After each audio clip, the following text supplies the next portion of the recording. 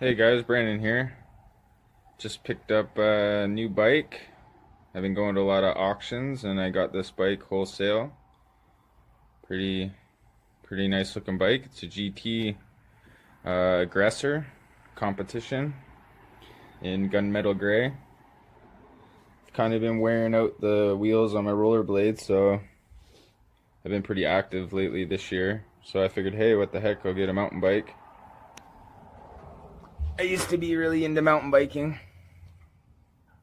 Me and my uncle used to go a lot. Used to do the 24 hours at Kokanee. So it's something I used to be really into. I used to go almost every day. Either that or rollerblading. So I'm just going to do kind of like an unboxing, I guess. So normally you don't get them this way. Usually the stores will put them together and all that. So as you can see, the handlebars need attaching. The front wheel, I've never done disc brakes on these. They're just cable though, so it shouldn't be that hard. The seat has to go on. Looks like the pedals as well. And these tires are pretty cool. They're almost like those bubble type tires. I've never had them. I noticed they go all the way up to 55 psi, which is pretty high. So, and I also noticed that this rear derailleur is pretty huge. So that should be cool. Alright, so I'm going to start taking off all the bubble wrap, and I'm going to see what I need as far as it goes, tools. And we're going to get right at it.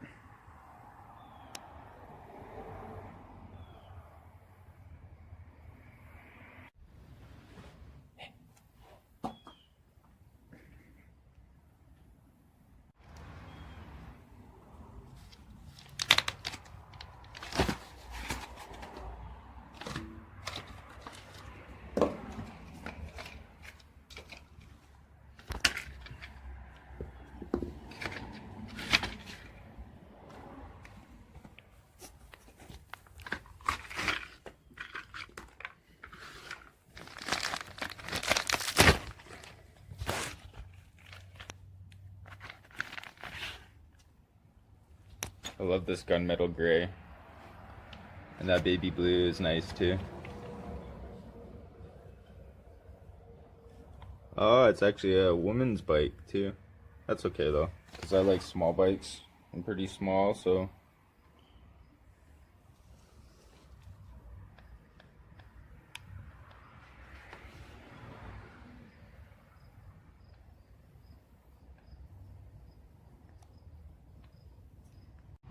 Alright, so I got everything unwrapped now, all the protective wrap. So I got the seat there, wheel over there, steering wheel hangs down. Now what I did notice, I'm not sure, the gooseneck seems to be facing the wrong way, in my opinion. So I think I have to flip that around. Maybe flip it upward too. It almost looks like it's upside down. Not sure why it's pointing down. I'd rather have it pointing up. So I might switch that around. And these forks, they look, I don't know, it's got the setup for an old style brake. So there's an instruction manual in there, so I'm gonna have to go through that and make sure I do it right. I love these colors though. Okay, so I went through the manual and I couldn't find anything, no pictures or anything, but I know those forks are backwards. And the gooseneck, after looking at the gooseneck too, it's pointed downwards, it's backwards as well, so it should be flipped around. So I went on the internet and I looked at some pictures and it's definitely backwards. So I'm gonna have to take that gooseneck off and just flip it around and then turn it and tighten it down. It's not a big deal. So get on that. All I need is Allen keys. Okay, so I got the forks flipped around. I got the handlebars on. I haven't tightened everything down just yet because I want to adjust it once I get everything else on. So I'll put the seat on next, and then I'll put the wheel on, pedals, and then sort out the brakes and tune her up. Right, so this is the bike put together. Things still need to be tightened up. I don't really like those handlebars. I can see myself changing those. So far my first impression of these disc brakes isn't that good, to be honest with you. But we'll see once it's together and I kind of tighten it up. I don't know if this is normal, but I noticed when you pull, instead of the two pads closing, well, I guess on a car only one pad moves too, but the disc bends towards the pad. So that was kind of strange. They didn't really feel that good at all. So I'll adjust that, see what happens.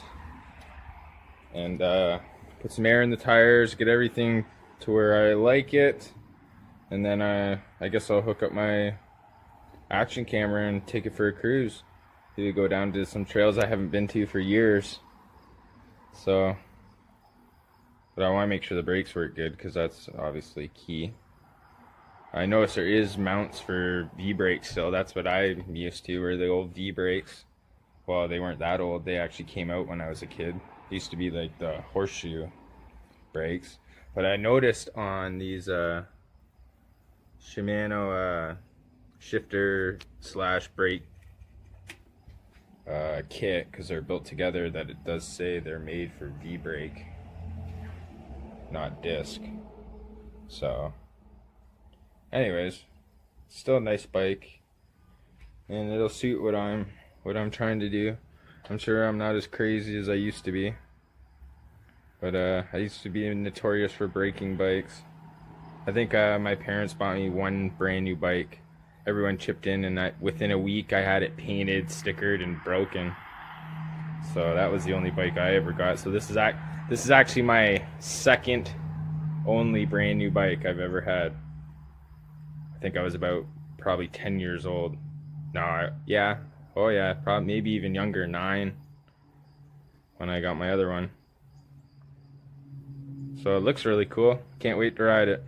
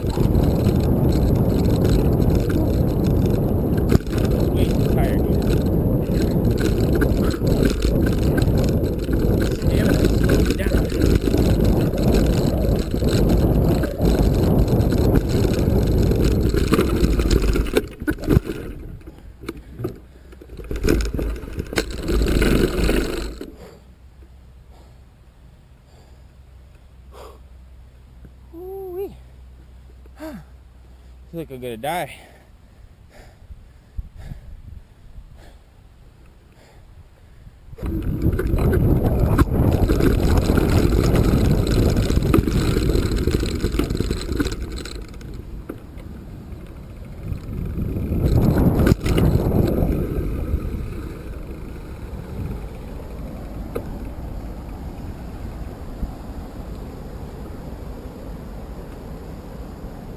Should go down those ones as well.